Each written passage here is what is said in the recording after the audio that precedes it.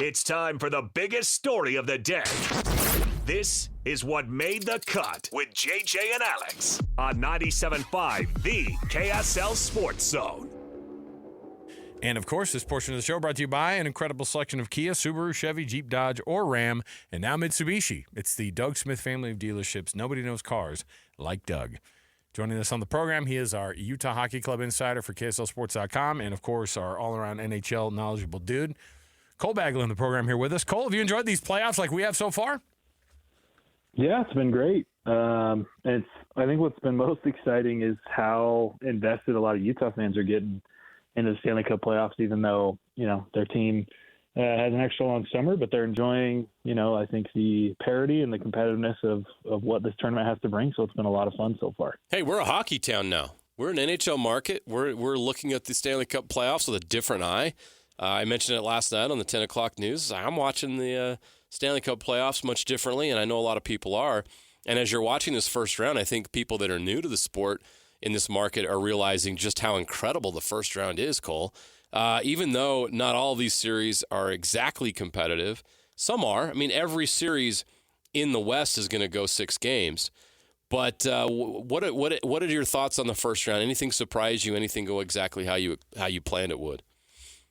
I think the East comes as for the most part, no surprise. Everybody knew Washington was going to beat Montreal, same with Carolina over New Jersey, Toronto over Ottawa. Maybe the only one that's somewhat surprising is, Florida 3-1 over Tampa Bay. I think, with Tkachuk's status up in the air before the playoffs started, and then just the way that, Tampa was a really strong team all season long, I think that's maybe the one in the East that's surprising. But the West has been fantastic. I agree with you. I think aside from the Stanley Cup finals, I think my favorite round of the Stanley Cup playoffs is the first round because there's just so much hockey. I mean, you sit down at home for the evening and you can generally watch 2, 3, and even 4 hockey games, which is fantastic. And the fun thing about the West is, like I mentioned earlier, just all the parity. I mean, the President's Trophy team, Winnipeg Jets, are tied 2-2 with the St. Louis Blues. Dallas, I think, is arguably playing better than most anticipated they would against the juggernaut offensive team in Colorado. Minnesota was not playing good hockey to end the season. They're tied at 2 games apiece with Vegas, and LA and Edmonton are going to head to head. Now, if LA could just play the last 5 minutes of the third period consistently, I think they would have swept the Oilers by now. But you can't ever count out McDavid and Draisaitl just with how good and talented those players are. So, no, it's been a really good first round. Who's faking it so far? Who's the team that you look at and you go, yeah, I don't know if they're actually going to have enough to be able to get to that the promised land and hold up the Stanley Cup? Because Toronto, people look at and go, that's a phenomenal team, and they're up 3-1 on Ottawa, but I'm just not totally sold on Toronto. I look in the East, and it's hard not to look at Florida and that phenomenal game last night against Tampa Bay and think that they could – I mean, that's a team who's ripe for repeating. I don't know. It's just so competitive, and obviously matchups matter, but is Toronto good enough to go all the way and get the win in the Stanley Cup? Carolina's taking care of business against New Jersey. I mean, that's a 3-1 series as well. I don't know who I like right now out of the East, but Florida certainly made a push, and being up 3-1 against Tampa Bay is a good place to be for them. Yeah, with Toronto, I think the second round is going to be very telling. I mean, obviously, anticipating that Ottawa doesn't complete one of the most extravagant comebacks of all time, it should be, Toronto and Florida in that second round. And I think we'll get kind of a feel of who's legit, who can really take this thing all the way, because every single year Toronto is a good team. It's just kind of the culture that they've built, but they've mostly been a regular season team. They've never really had what it takes to go the distance, at least for a very long time, in terms of winning the Stanley Cup. And so, Toronto, I don't know how legitimate they are. Ottawa kind of just crept into the playoffs. Nobody was really expecting them to do much. I mean, outside of really Brady Tkachuk, I don't think there's a whole lot of special things about that Senators team. And so Toronto's had a pretty easy first round matchup. But Florida's a team, if they meet them in the second round, that very well could end up being, whoever wins that series could end up being the Stanley Cup champion. I mean, you've got, the Florida Panthers, who are the reigning Stanley Cup champions. They are a in-your-face, physical, somewhat dirty kind of hockey team, and that's just their brand, and that's what won them, the Stanley Cup a year ago, and they're still playing that, and they got Matthew Tkachuk back, which means they're a dangerous team. In terms of the West, teams that I'm not entirely sure that they have what it takes to go the distance is obviously the President's Trophy winners and the Winnipeg Jets. They also have just been, for the most part, a regular season team, a team that has not been able to figure out how to really make things work. Once they got to the postseason, Connor Hellebuck, the best goaltender in the world, is having an all-time, kind of choke performance where he's playing just completely the opposite of the way that he did during regular season. So second round will be very telling, but I'm just enjoying what this first round brings, because you never know what's going to happen on any given night, especially in the West right now. Unlike the NBA and Major League Baseball, three teams down 3-1 can come back quite often in the NHL. In fact, 32 teams have come back from a 3-1 deficit to win a series. And Florida did it in 2023. The Canadians have done it the most all time, doing it 3 times. So with all that information, is there a team down 3-1 in the East that you think can make history and make that comeback? If I was going to put my money on any team, it would be Tampa.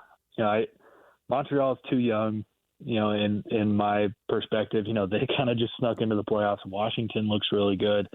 New Jersey's just not 100% right now. They're without some of their best players. And, again, Carolina looks really good. I don't take Ottawa very seriously.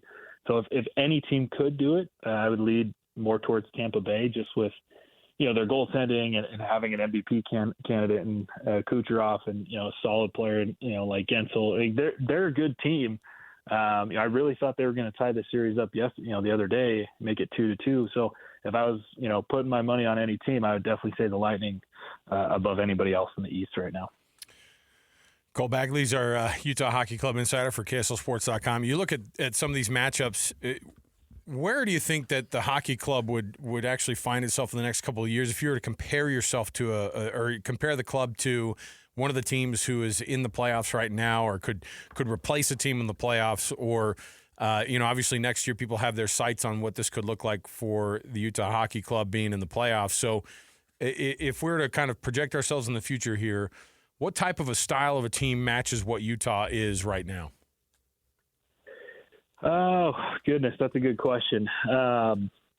If we're simply talking a year from now, I think that, the team that they're probably going to most closely replicate is a team like Montreal, just given kind of a similar timeline in the rebuild and their age and, the youth that both of the teams have. In terms of who you would more so want to try and replicate, I think with what they're doing right now is a team like St. Louis. They're going head-to-head with one of the best, the best team from the regular season, the best goaltender in the world, and they're tied up at 2 apiece, and all the momentum is with St. Louis right now. And so I think it's tough to kind of compare styles, but, in terms of where do I see them a year from now, probably a scenario like Montreal where, you're maybe getting in as, one of the wild card spots. You're a young team. You're trying to prove yourselves. And I think next year, while it's playoffs or bust, I think that's kind of the ceiling. This team hasn't been to the playoffs for 4 or 5 years. Most of the guys on the team have not, outside of, the obvious, the Sergachevs and Ian Cole and Ole Mata, most of the young guys on this team have never been to the playoffs. So I think next year, while it is playoffs or bust, I think it's more of just get in, get your feet wet. Maybe you can find some way to upset in the first round. But yeah, I think if you're looking at teams that they're going to probably replicate, I'd say more of a Montreal, but who you want to try to replicate is St. Louis, where it's like, look, we don't care how we got in, who we are, who we're playing. We're going to go toe to toe. We're going to match them in terms of energy. And St. Louis, they might just shock everybody and beat the President's Trophy team.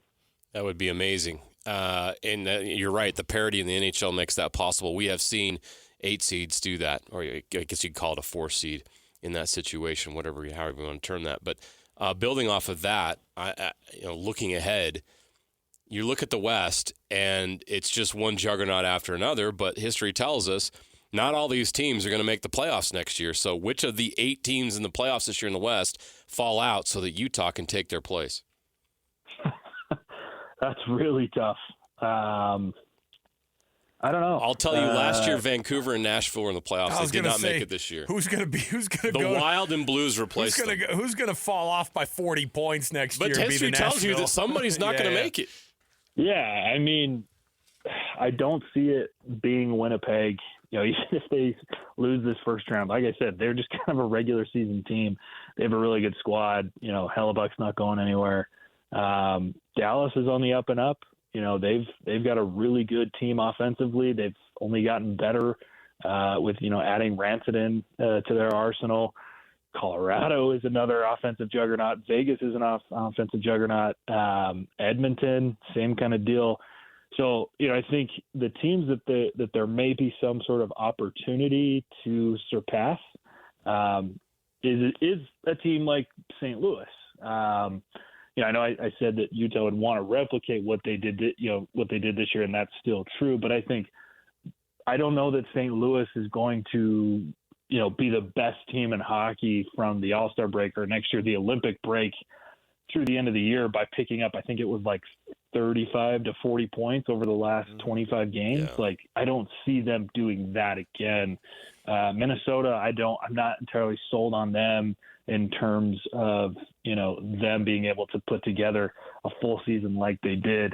And I think LA, kind of surprised a lot of people, shocked a lot of people. And the fact that I don't think anybody really had them as a team that was going to go to the playoffs.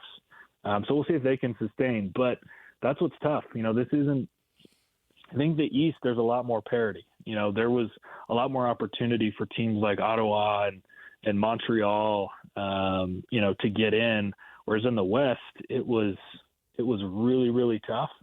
There was a couple teams fighting for a spot, down the stretch, but essentially, St. Louis was in with a few, it came down to the last few, but it's tough. The West is really tough, and the Central Division is even tougher. Arguably the best teams in the West all came out of the Central Division, Mm-hmm. so it's going to be really hard. But Utah was close, and there's only opportunity for them to get better. I don't see them taking a step back after what they accomplished this season, and with the prospects that are coming up, and with the amount of money they have to go and spend.